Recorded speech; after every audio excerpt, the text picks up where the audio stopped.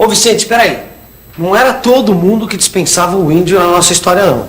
Não. Se eu não estou enganado, existe um livro muito importante que depois virou uma grande ópera, que o herói era um índio. Agora eu não estou lembrando o nome. Tá aqui na mão, ó. O Guarani. José de Alencar. O Guarani. Já leu? Beleza de livro. Então. Na verdade, conta o romance entre um índio muito valente, chamado Peri, e uma loura, chamada Ceci. Entendeu? É um livro de aventura. É muito bonito, que se passa no século XVI. Inclusive, José de Alencar e outros autores da época resolveram eleger o índio como símbolo da nacionalidade brasileira. Interessante. Escute só como José de Alencar descreve o índio Peri. Uma simples túnica de algodão, apertada à cintura por uma faixa de penas escarlates, caía-lhe dos ombros até o meio da perna e desenhava o talhe delgado e esbelto. Sobre a alvura do algodão, a sua pele, cor de cobre, brilhava com reflexos dourados. Os cabelos pretos cortados rentes, a tez lisa, os olhos grandes, a pupila negra, cintilante, a boca forte, mas bem modelada e guarnecida de dentes alvos, davam ao rosto pouco oval a beleza inculta da graça, da força e da inteligência. Era de alta estatura, tinha as mãos delicadas, a perna ágil e nervosa. Observe que o forte e inteligente índio Peri, saído da imaginação de José de Alencar, nada tinha a ver com os índios bárbaros de Van Hagen, descritos pelos documentos históricos. Peri podia, então, encarnar as raízes da nação brasileira civilizada, que se queria civilizada, porque era um índio com alma de europeu. A união do índio Peri e da loura Ceci representava, assim, a harmonia que teria marcado as relações entre índios e brancos. Porém, a criação da nacionalidade brasileira não foi o único desafio que o Brasil independente teve de enfrentar. Século XIX. O Brasil independente precisava enfrentar ainda um outro desafio: como se relacionar com os países estrangeiros, americanos e europeus. As relações do Brasil com a Europa são muito fortes. A Inglaterra é a nossa maior fornecedora de manufaturados e uma grande consumidora das nossas matérias-primas. Da França, o Império Brasileiro importa a moda, o gosto, os costumes refinados, a língua, os livros, a música, tudo que possa representar a marca do mundo civilizado. Já o relacionamento do Brasil monárquico com a América republicana é muito difícil. Ao norte, os Estados Unidos da América tentam afastar a influência europeia no continente, tendo como lema a América para os americanos.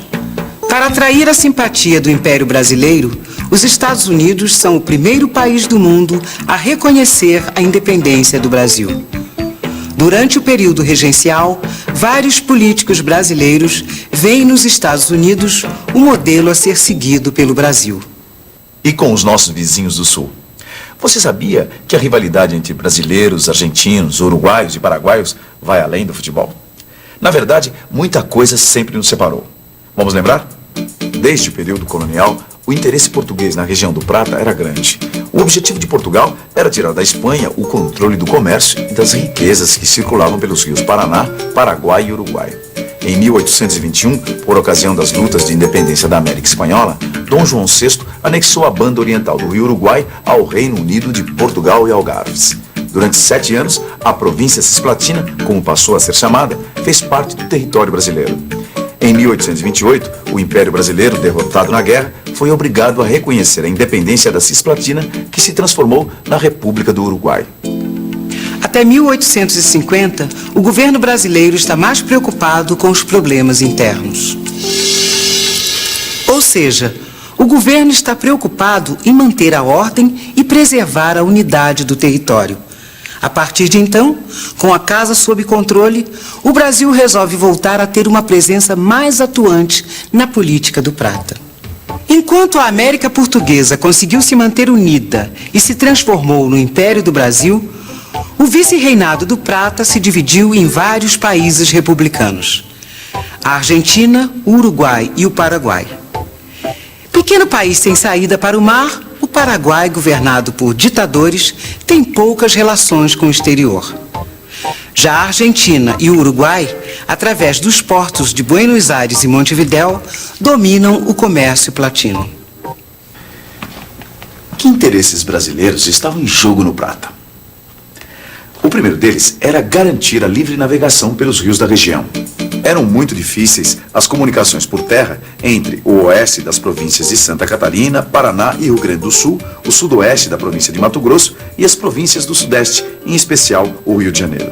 Para vencer as grandes distâncias, era usada a navegação de cabotagem, ou seja, pela costa, e também a navegação fluvial, subindo os rios da Bacia Platina. Outra preocupação do governo imperial era evitar que a Argentina se tornasse muito poderosa e passasse a dominar outros países da região. Não interessava para o Império que o Prata voltasse a se unir.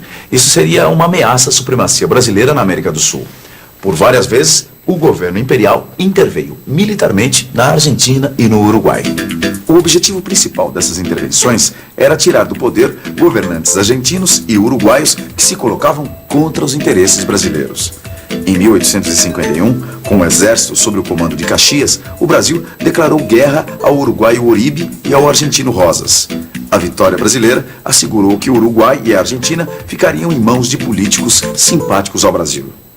Foi nessa região do Prata que o Brasil se envolveu na mais dura guerra da sua história, a Guerra do Paraguai. Essa guerra enfraqueceu o Império e acabou levando à proclamação da República. Mas isso é um assunto para a nossa próxima teleaula. Por enquanto a gente fica com a revisão. E atenção, se liga aí que é a hora da revisão. Hoje você viu como começou a se formar a ideia de nacionalidade brasileira na época do Brasil Imperial. Você viu que havia brasileiros como José Bonifácio que achavam que para ingressar no mundo considerado civilizado, o Brasil teria que construir aqui uma civilização copiada da Europa. Você conheceu um pouco da obra de Francisco Adolfo Varnhagen, considerado o primeiro historiador do Brasil, e um pouco da obra O Guarani, que fazia um retrato romântico dos índios brasileiros. Finalmente, você estudou as complicadas relações entre o Brasil e os países vizinhos na época do Império. Você deve estar se perguntando, e em termos econômicos, como é que se desenvolveu o Brasil? Será que era o ouro que ainda o sustentava? Bom, na próxima teleaula você vai ver como o Brasil se tornou o Império do Café. Até lá!